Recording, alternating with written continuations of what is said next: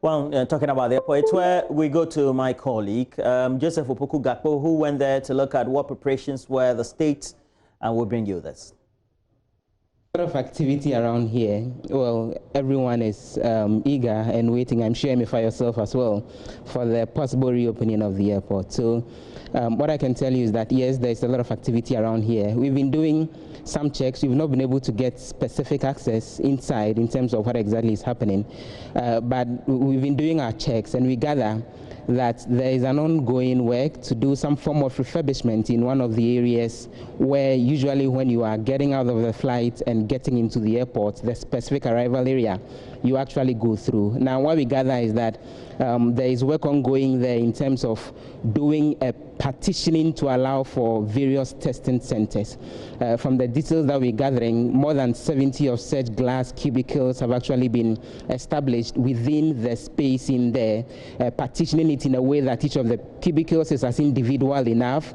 Once you walk out of the flight, you get into the way, you walk straight to that specific post where the testing happens. You get in there, your sample gets taken. There's a channel through which all the samples eventually get collected at the back, and then from what we are told, this is testing that could be done and completed within something in the region of 20 minutes.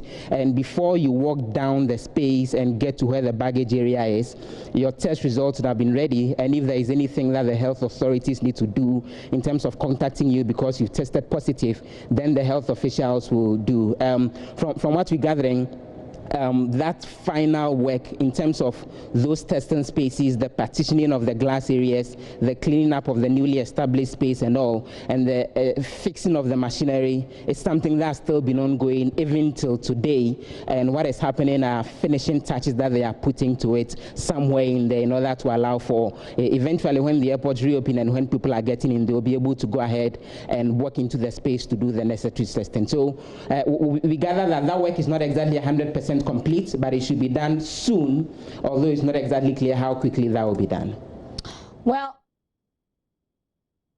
so we have joining us our own colleague Mapitso Sabidi, who traveled outside Ghana but wanted to come in, and then there was a lockdown. Well, Mapitso, good morning to you. You're joining us from Nigeria, I believe. Which city exactly? Hi, Roland. I'm in Abuja. Abuja. Hey, that's the chilling. Charlie the chillo. But small, or how we gonna do But you've been out of the country for how many years now? So I left on the 10th of February. So that's how many years? I think you can calculate. It has to be it's months. Like 6 months. Yeah, 6 months. Yeah. So I've been since I left on the 10th of February, and I've been locked down since. Okay. You wanted to come in, and what were some of the responses you got from immigration officials, or generally, so to speak? I mean, I wanted to come in, and obviously I couldn't because I didn't even try and go to like the airport or buy my ticket because presidents all over the world were saying that, you know, our borders are closed, airports are closed. So I didn't even bother really. I was just like, okay, let's just wait and see. And I thought it was going to be maybe for like a month for them to handle the situation. And then it turned out to be like 6 months. And I was just like, oh, okay, is that how it is? Yeah. So that's what happened. I didn't really, you know, go to immigration or the airports. I just decided to stay at home. What was supposed to be a 2-week leave ended up being 6 months. So yeah, that happened. Yeah. Okay. So what's the situation in your country? The airports have been opened? The airport's opening on the 5th of September. Okay. They were supposed to open on the 29th, so that was like on Saturday. But then the task force decided to just extend it for a week because they weren't prepared. So hopefully on the 5th of September, they'll be prepared and I can come to Ghana. Yeah, definitely. One of the caveats that the president did announce, of course it will be enforced, is that at least if you're coming from a country that is said to be, whether it's high risk or, so to speak, some risk parts of the continent elsewhere, you're supposed to have a test done. Have you apprised yourself of that? How easy is it for you to undertake that before you make entry into Kotoka?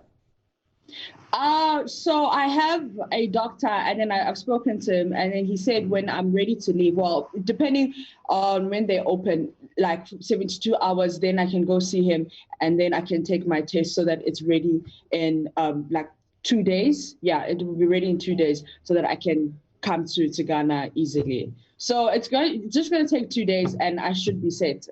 Yeah, I should be set. Okay. Please make sure that you change all your money to the Ghana currency so that we don't have to help you when you're in. Maps. Thank you. Oh, yeah, about money ain't a problem, baby. Money ain't a problem, Roland. Come on. I mean, Mate, oh, there, Mate, we go with no more. let's say, please prepare my kenke. Okay, my kenke. It's not a problem. So we're expecting you in Ghana. Which part of September? What time? What day? Let's say the 7th, because Nigeria is supposed to open on the 5th. So I'll give it like 2 days, or 3 days, so that the rush can, slow down. I don't also want to, because I'm rushing to come to Ghana, and then in that rush, I get corona because everybody will be at the airport. So I'm trying to give it like at least 2 days after the opening of the airports. Mapitso, knowing you, I know you'll come on the 10th, but don't worry. We'll wait for you. Yeah, you must be patient. I've been gone for like 6 months. I'm very excited to come. So if I could, I was going to come like 2nd of September. I would have been there, but because it's closed, I'll just have to wait. So that's Mapitso Sabidi, way up in the middle there, Abuja, and has promised to be here between the 7th and the 10th of September to come and enjoy the foods that she always loved about Ghana. Dr. Michael Owusu, it means that people in similar situations like MAPS or Mapitso Sabidi would also have to make sure that they get a test down in those countries. What if they're coming from countries where the test and the requirements for doing the tests are easily not available, or just common like we have in Nigeria or Ghana?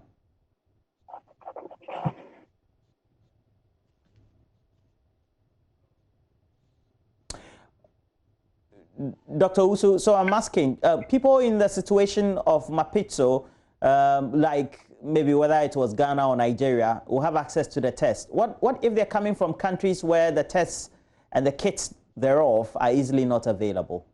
What should be the best thing or decision they should make?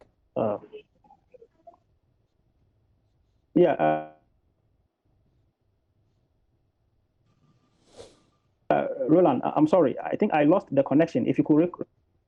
Well, so I'm asking, Mapitso is in Nigeria. She wants to come into Ghana, and I'm asking, well, Nigeria has all these kits and the tests available. So I'm asking, if, let's say, you're coming from countries where the tests and the kits and such clinical actions regarding COVID are not available, what should be the decision they should be making?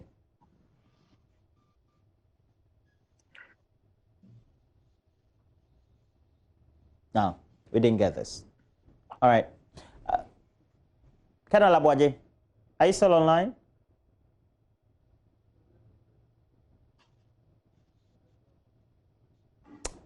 All right. We seem to be having some difficulty with the internet. And so, Dr. Michael Owusu, okay, yeah, you're speaking. Please go ahead, Dr. Abwaje. People like MAPS would have to take precautions in terms of their security. What should be some of the things that they should arm themselves with? Maybe some security precautions, so to speak.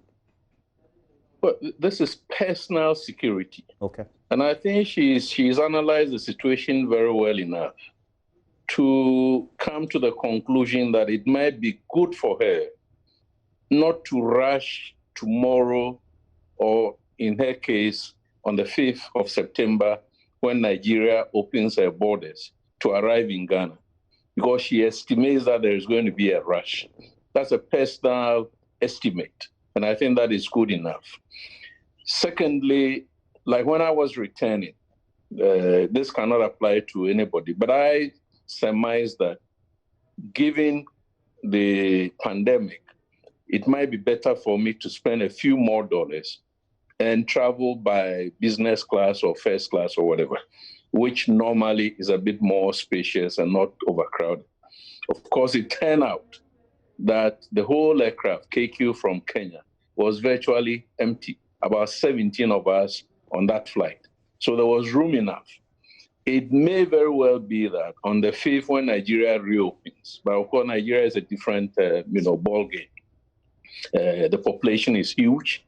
It's got a lot of businesses and business persons, and so there might be a bit more, number of travelers leaving Nigeria, but not necessarily coming to Ghana.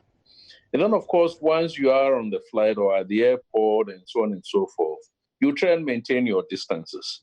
Even at the normal times, for me, I wouldn't rush when boarding flights or flights are boarding. I wait for everybody to board, and then I go at the tail end so that I don't mix up with the crowd who normally will be, jostling. That could also be another practice. And then you get on the flight, you mask up, and you make sure that to the best possible extent, you maintain your distances. I know many travelers along the West Coast, as soon as the flight takes off, because they know themselves, they get up, they stand in the aisles, they converse, they gather, they do this. All those kinds of practices will not be good for personal safety and security. I don't know how well the airlines are going to sanitize the bathrooms or the toilets and so on and so forth. But that will be another point where one can easily catch the virus. Normally, I get on the flight and I ask the attendant to come and change my, the cover on the headrest. Even if they say it's new, I still beg of them to change it for me, so I don't come into contact with anybody who might have sat in the chair and left some materials or bacteria or whatever on it. So there are these personal arrangements that individuals can make.